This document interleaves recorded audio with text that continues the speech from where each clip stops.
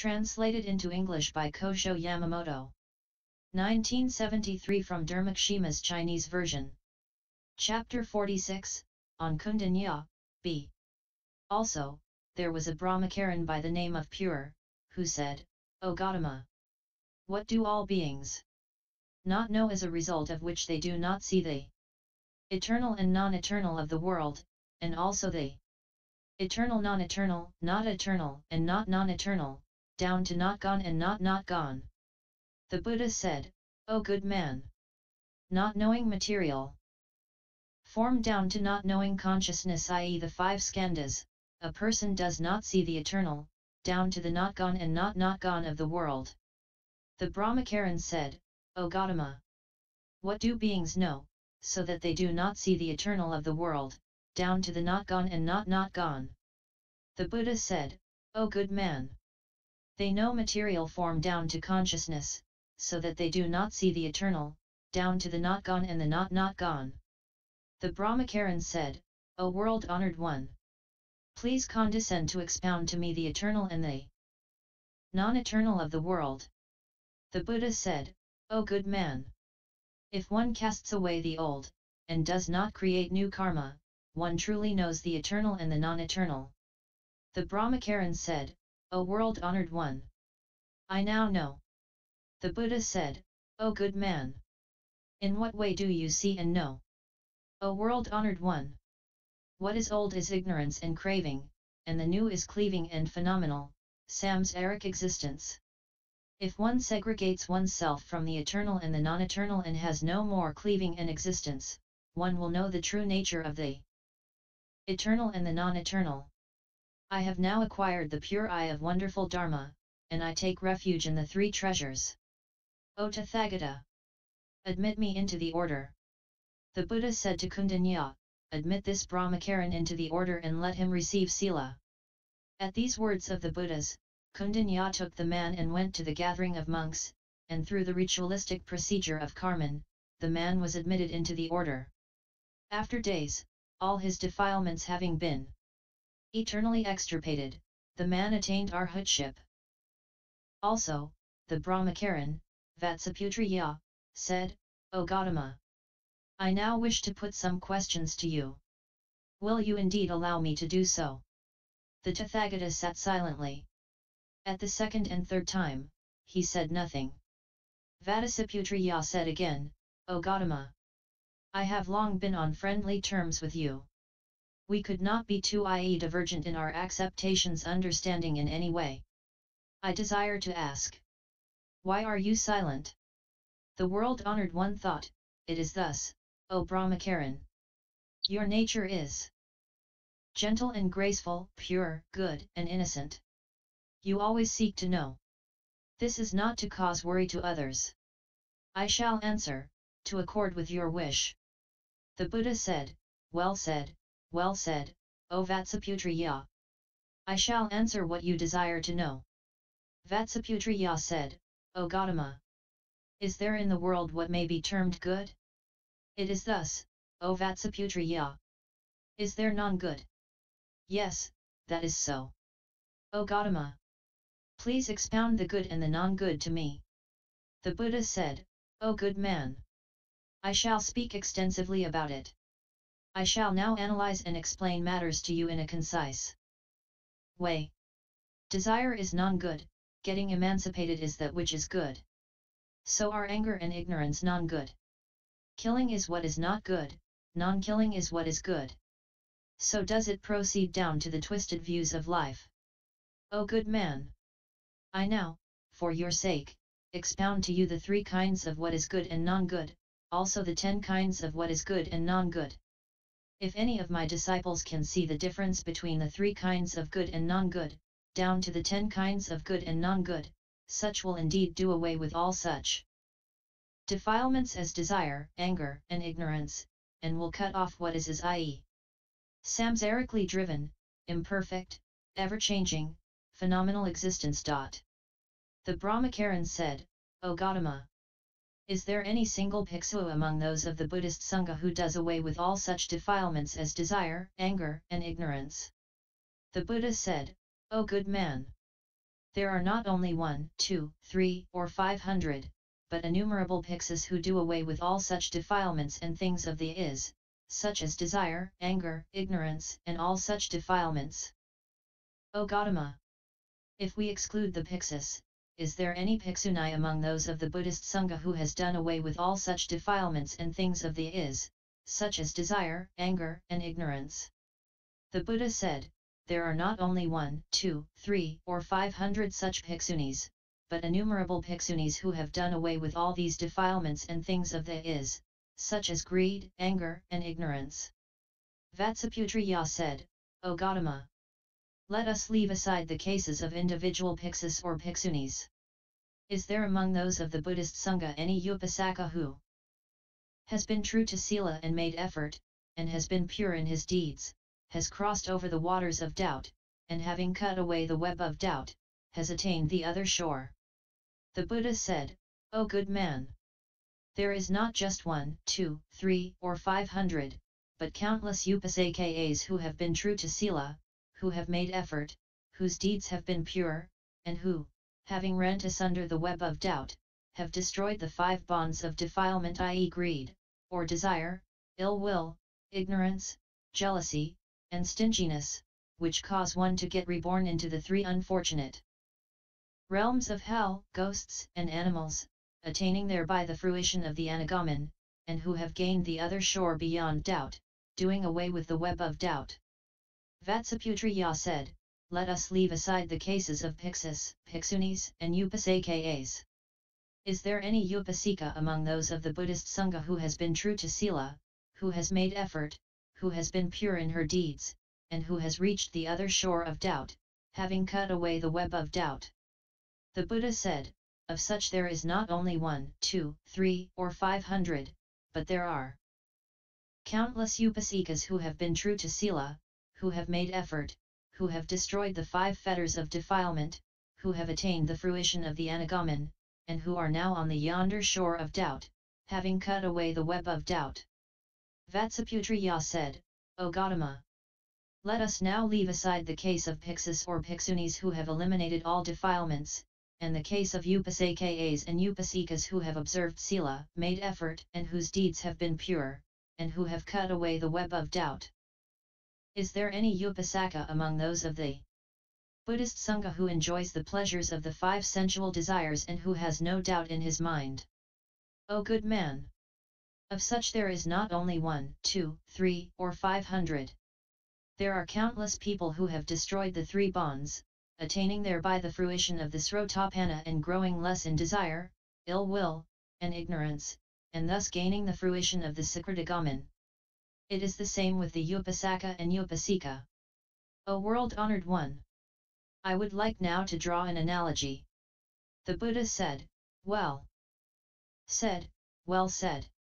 Speak out what you desire to say. O world-honored one! The Naga kings, Nanda and Upananda, both provide us with great rains. So does it obtain with the Tathagata's reign of Dharma. All equally do you let the rain fall upon the Upasakas and Upasikas. O world-honored one! If any Tirthakas were to come here and desire to train under you, I wonder how many months you would keep them on probation. The Buddha said, O good man! We test for 4 months. It is not necessarily to be of one kind, i.e. whatever the type of person who applies. O world-honored one! If it is not of one kind, please admit me into the order. Then, the world-honored one said to Kaundinya, see that this Vatsaputriya is admitted into the order and that he receives sila. At these words of the Buddha, Kaundinya stood up amidst the congregation and carried out the ritual of karman. 15 days later, the man attained the fruition of Srotapanna. Having attained this fruition, he thought to himself, if I am to practice the way with wisdom, I have now already gained it, and I shall indeed be able to see the Buddha. Then, he went to where the Buddha was, prostrated himself on the ground, and having paid his homage, drew back and seated himself on one side. And he said to the Buddha, O world-honored one!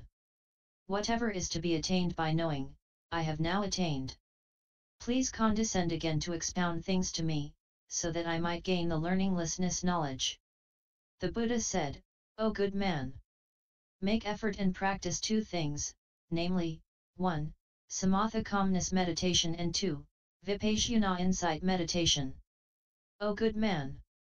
If any bhikkhu wishes to attain the fruition of the Srotapanna, such a person should practice these two things. If anyone desires to attain the fruitions of the Sakritagaman, Anagaman, and Arhatship, such a person too should practice the same. O good man! Any bhikkhus who desire to attain the 4 dhyanas, the 4 boundless minds, the 6 divine powers, the 8 emancipations, the 8 superior places, the non-disputing knowledge, the top knowledge, the ultimate knowledge, the 4 unhindered knowledges, the adamantine samadhi, the all-extinguished knowledge, and the birthlessness knowledge must all practice these two ways. O good man! If there is anyone who wishes to attain the 10 abode soil, the birthlessness cognition, the all-wonderfulness cognition, holy actions, pure actions, heavenly actions, bodhisattva practice, the all-void samadhi, the jnanamadra samadhi, the samadhi of all void, formlessness and non-action, the bhumi samadhi, the non-retrogression samadhi, the surangama samadhi, the adamantine samadhi, and the Buddhist action of unsurpassed bodhi, such a one must practice these two ways. Vatsaputriya, having heard this, paid homage and left. He practiced these two ways in the Sal forest, and before long he had attained the fruition of arhatship. At that time, there were innumerable bhikkhus who were on the way to where the Buddha was. Vatsaputriya, on seeing them, asked, O great ones! Where are you intending to go? All the bhikkhus said, We intend to go to the Buddha. O great ones!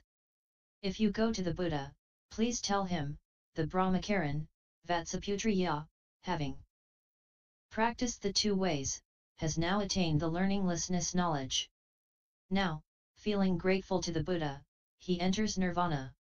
Then all the bhikkhus, on going to the Buddha, said, O world-honored one! The bhiksu, Vatsaputriya, wanted us to report to you that, having now practiced the two ways, he has attained the learninglessness knowledge and that, feeling grateful, he will now enter Nirvana. The Buddha said, the Brahmacarin, Vatsaputriya, has now attained the fruition of arhatship. Go now and make offerings to his remains. Then the bhikkhus, at these words of the Buddha, went to where the corpse lay and made great offerings. The Brahmacarin, Kazaya, then said, O Gautama! You Gautama say that a person does what is good and not good innumerable times, and in the future gains bodies again that are good or not good. This is not so, because, just as you Gautama say, a person gains a body through defilement. If a person gains his body, does the body come first or the defilement come first? If defilement comes about first, who creates it and where does it stay? If the body comes about first, how can we say that the person gains it through defilement? Because of this, if it is said that defilement comes about first, this does not fit well. It is also not good to say that the body comes about first. If it is said that both come about at the same time, this also will not be right. Any such speaking as of before and after, or of at the same time, is not acceptable. So I say, everything has its own nature, not depending on causal relations. Also, next, O Gautama! Hardness is the nature of the earth, moisture is the nature of water, heat is that of fire, movement is that of the wind, and not being obstructed is that of space. These 5 natures are existences which do not depend on causal relations. If there is in the world but one thing that does not depend on causal relations, it must be thus with all other things, too. What is the existence that is not grounded on causal relations? If it is said that all depend on the single law of causal relations, why is it that the nature of the 5 elements does not depend on the law of causal relations? O Gautama! Beings gain emancipation from this body of good and non-good based on their own nature, and not on causal relations. So I say, everything exists based on its own nature and not on causal relations. Also, next, O Gautama, things of the world have their own places of use. For example, one says, such and such kinds of wood are for making wheels, and such are for making doors and benches. Also, it is as with the goldsmith, who calls what is worn above the brow a hair adornment, what one puts around one's neck a necklace, what is worn on the arm a bracelet, and what is worn on the finger a ring. As the place of use is fixed, we say that the nature is fixed. So go things with beings, too. There are the natures of the 5 realms. So we have hell, hungry pretas, animals, humans, and heaven. If things are thus, how can we say that they depend on causal relations? Also, next, O Gautama, each being has a nature different from that of others. That is why we say that all things have their own natures. The tortoise is born on land but can easily go into the water, the calf, soon after its birth, easily drinks milk, the fish sees the bait on the hook and spontaneously and greedily bites at it, the viper, as soon as it is born, feeds on the earth. Whoever teaches such things. When a thorn appears, its point is always sharp, the colors of flying birds differ from each other. So is it with the beings of the world. There are those who are sharp-witted and those who are dull, those who are rich and those who are poor, there are those who are good-looking and those who are ugly, there are those who attain emancipation and those who get born into a lowly status. From this we can know that there is a nature to each existence. Also, next, O Gautama, if you say that desire, ill will, and ignorance arise out of causal relations, and that these 3 poisons are based on causal relations and the 5 sense fields, the situation is not so. Why not? When one sleeps, one is away from the 5 sense fields. And yet there come about desire, ill will, and ignorance. Even in the womb, the same is the case. When one first emerges from it, one cannot feel the good or non-good of the 5 sense fields. And yet, there appear desire, ill will, and ignorance. All rishis and sages live in quiet and silent places, and there exist no 5 sense fields. But still there are desire, ill will, and ignorance. Also, a person, through the 5 sense fields, gains non-desire, non-anger, and non-ignorance. Hence, all things do not necessarily come about due to causal relations, but because of the nature of each thing. Also, next, O Gautama, we see people in the world who possess great wealth and much freedom, being yet imperfect in the 5 sense organs, and those who are poor, mean, and not free, who serve other people, they themselves having perfect sense organs. If things arise from causal relations, how could matters come about? Thus, so we say that all things have natures of their own and are not based on causal relations. Also, next, O Gautama, children also are not clear as regards the 5 sense organs, but they laugh and weep. When laughing, they feel joy, and when weeping sorrow. Because of this, we can know that all things have their own nature. Also, next, O Gautama, there are 2 kinds of thing in the world, which are, 1, the is and 2, the is not. The is the void and the is not is the hairs of a tortoise. Of these, the one does not depend on the causal relations because of is, and the other does not depend on causal relations because of is not. So, all things depend on their own nature and not on causal relations. The Buddha said, O good man, you say that it is with all things as it is with the natures of the 5 great elements. But this is not so. Why not? O good man, you say that the 5 great elements are eternal. Why? All things are not eternal. If what exists in the world is non-eternal, how can these 5 great elements not be non-eternal? If the 5 great elements are eternal, all that exists in the world must also be eternal. Therefore, when you say that the 5 great elements have their own natures, that they do not depend on causal relations, and that the case of all things is like that of the 5 great elements, this has no basis of truth to stand upon. O good man, You say that as there are places where things can be of use, things must have natures of their own. But this is not so. Why not? Because they gain their denominations through causal relations. If a name comes about from a cause, the meaning must come about from a cause. Why do we say that the name comes about through a cause? What is worn on the brow is called a head ornament, what is on the neck a necklace, what is on the arm a bracelet, and what a cart has is wheels. If fire burns grass and plants, we speak of a grass and plant fire. O good man! A tree, when born, does not possess the nature of the arrow or halberd. Through causal relations, the artisan takes it and makes arrows, through causal relations he makes a halberd out of it. So, we cannot say that things possess natures of their own. O good man! You say that the tortoise is born on land and that by its own nature it goes into the water, that the calf, when born, drinks milk by its own nature, and that things proceed thus. But this is not so. Why not? If it is not through causal relations that it gets into the water, there is nothing in the world that is based on causal relations.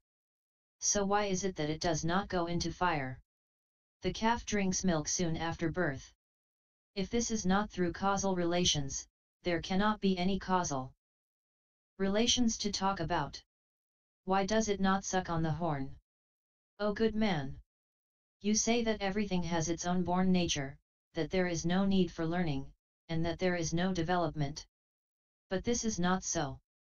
Why not? Now, there is teaching, and through this teaching there is growing up development. Hence, you must know that there is no nature of its own. O good man! If everything possessed its own original nature, no Brahmin would need to kill sheep to pray and arrive at a pure body. If a person prays for the sake of his own self, this tells us that he has no original nature of his own. O good man! There are three ways of speaking, which are, 1. The desire to do something, 2. The time of the doing, and 3. The completed doing. If it is the case that there is a nature of its own, how can there be in the world these three ways of speaking? The fact that there are these three ways of speaking tells us that there is no nature of its own in a thing. O good man! If you say that everything has its own nature, know that all things must have a fixed nature. If there is a fixed nature, how is it that the single thing, the sugar cane, can become juice, honey, rock candy, liquor, and vinegar? If there is a single nature, how could such things come about? If such things come about from a single thing, know that this indicates that everything cannot be fixedly one and of one nature. O good man! If everything has a fixed nature, why do the holy ones not take the juice of the sugar cane, the rock candy, and the molasses at the time of taking the liquor, and later take it when it has been made into vinegar? For this reason, we can know that there is no fixed nature. If there is no fixed nature, how could it be other than by causal relations? O good man! If everything has a fixed nature, how can there be any ground for analogies? If there are analogies, this tells us, know that there is no fixed nature in anything. If there were a fixed nature, there could be, you should know, no analogies. All the wise persons of the world employ analogies. Know that there can be no nature of a thing and there is no single nature. O good man! You ask, does the body exist first or defilement? This cannot obtain. Why not? If I say that the body comes first, you too will reprove me and say that with you too, as with me, the body cannot precede. Why do you reprove thus? O good man! There can be no before and after in the body of beings. Things happen at the same time. Though of the same time relations, the body comes about due to defilement, it is not that there is defilement because of the existence of the body. What you make it is that a person gains two eyes at the same time and one is not the cause of the other, that the eye on the left-hand side does not stand on depend on the right-hand eye, and that of the right not on that of the left-hand side. Should you say that the situation is the same with defilement and the body, I would have to say that this is not so. Why not? What obtains in the world is that the eye sees that the wick and the light exist in the same time relations. But the light always depends on the wick, but the wick does not depend on the light. O good man! You may say that the body does not exist before, that, therefore, there is no cause to speak of. But this is not so. Why not?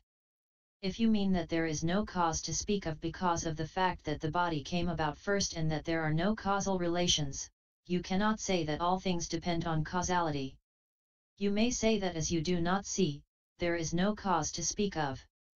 But now we see a pot that comes about from causal relations.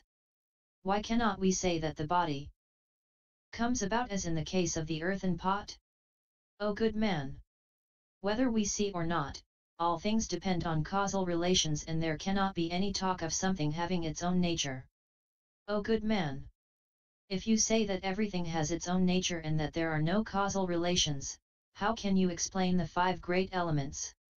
These 5 great elements are nothing but the result of causal relations. O good man! The 5 great causal relations are also thus. But one cannot say that all things are like the 5 great causal relations. We might say that all world-fleeing people make effort and uphold sila. But skandhas also make effort and uphold sila. O good man! You say that the 5 great elements definitely have a concrete nature. But this nature changes. So I see that it is not static. O good man! Butter, wax, and glue must be soil according to your way of thinking.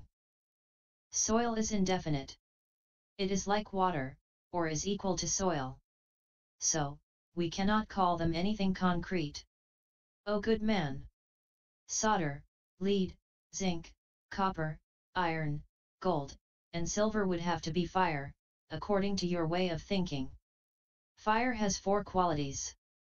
When it flows, it has the nature of water; when moving, the nature of wind; when hot, it has the nature of fire; and when hard, it has the nature of earth.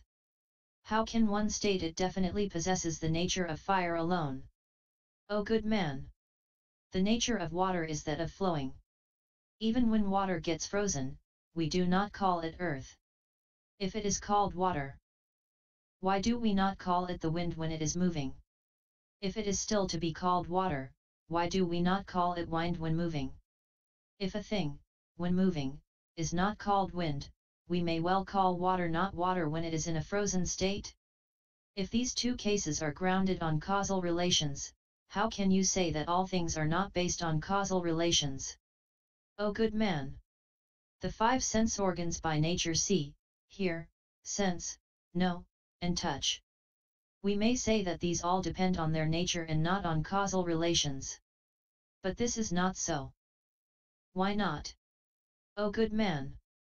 What something has by nature cannot be changed. If we say that the sense organ of the eye can truly see, it must always be able to see. There cannot be any case where it sees and where it does not see. Hence, we can know that it truly sees through causal relations and that this is not through non-causal relations. O good man! You say that you gain greed from the 5 dusts, i.e. the 5 sense fields, and that a person does not get emancipated. This is not so. Why not? O good man! A person gains desire and gets emancipated. Though this may not arise out of the causal relations of the 5 dusts, the person gains desire due to the evil sensing of the world, and he gains emancipation through the good sensing of the world. O good man! Through internal causal relations, the person gains desire and emancipation; through external causal relations comes about augmentation, growth. So, it goes against reason to say that all things have natures of their own and that a person does not gain desire from the 5 dusts and that the person gains emancipation. O good man! You say that though perfect in all the sense organs, a person has little wealth and is not free, and that lacking in all sense organs, another person has abundant wealth and great freedom. This indicates that to say that a thing has its own nature and that there is no such thing as causal relations to speak of, is not right. Why not? O good man! A person reaps results through karma. There are 3 kinds of karma result, namely, 1. Fruition that comes about in this life, 2. Fruition which one reaps in the next life, and 3. Fruition that one harvests in later lives. Poverty. Great wealth, perfect sense organs, and imperfection of the sense organs arise from different karmas. If there were any single nature of its own, those perfect in the sense organs would have to be rich, and one who is rich would have to be perfect in all his sense organs. But things do not obtain thus.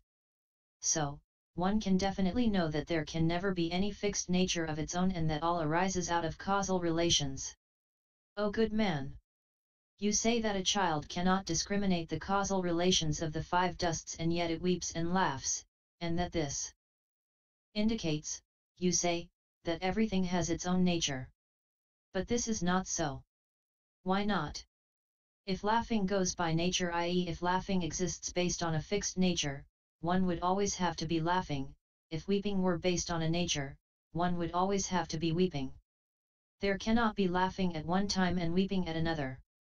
If one laughs at one time and weeps at another, this tells us, we can know, that all is based on causal relations. Hence, you should not say that all things have their own nature and that causal relations have nothing to do with it. The Brahmacarin said, O world-honored one! If all things exist due to causal relations, how can such a body come into being? The Buddha said, the causal relations of this carnal body are grounded on defilement and karma. The Brahmacarin said, if this carnal body is based on defilement and karma, can we extirpate the defilement and karma? The Buddha said, it is thus, it is thus. The Brahmacarin further said, O world-honored one! Please be good enough to analyze and expound to me, so that I can truly hear and immediately cut away the bond. The Buddha said, O good man!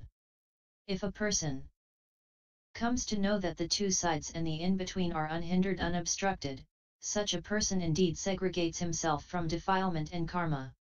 O world-honored one! I now know and have gained the right Dharma. The Buddha said, in what manner do you know? O world-honored one! The two sides are material form and emancipation from material form, and the in-between is the eightfold right path. So does it also obtain with feeling, perception, volition, and consciousness. The Buddha said, well said, O good man! You have now come to know of the two sides and have cut away defilement and karma. O world-honored one! Please admit me into the order and let me receive sila. The Buddha said, welcome, O Bhiksu! Immediately he extirpated the defilements of the three worlds and arrived at the fruition of arhatship. Then there was a Brahmin, named Wide, who said, O Gautama! Do you know what I have in my mind? The Buddha said, O good man! Nirvana is eternal and what is created is non-eternal. What is twisted views, and what is straight is the noble path. The Brahmin said, O Gautama! Why do you say so? O good man! What you think is that to beg alms is eternal and singly to be invited is non-eternal. What is twisted is to shut oneself in and what is straight is the imperial hanging ensign. That is why I say, Nirvana is eternal, what is twisted views, and what is straight is the eightfold path. It is not as you think. The Brahmin said, O Gautama! You see well what is in my mind. Does this noble eightfold path enable beings to attain extinction or not? Then, the world-honored one remained silent and did not answer. The Brahmin said, O Gautama! You see my mind well. Why do you remain silent and not answer me? Then Kaundinya said, O great Brahmin! If any person asks about the limitedness or non-limitedness of the world, the Tathagata is silent and does not reply. The Noble Eightfold Path is what is straight, and Nirvana is what is eternal. When the Noble Eightfold Path is practiced, one attains extinction, if not, no such thing results. O great Brahmin! For example, a great castle has 4 walls, where there are no apertures, except for a gate. The gatekeeper is wise. He knows whom to let pass and whom to shut out. He may not know the number of those who come and go, but he knows that anyone who enters has to come through the gate. The situation is thus. O good man! It is the same with the Tathagata. The castle is Nirvana, the gate is the Noble Eightfold Path, and the gatekeeper is the Tathagata. O good man! Though the Tathagata does not reply to questions about the world's being finite or infinite, what ends must needs practice the Noble Eightfold Path.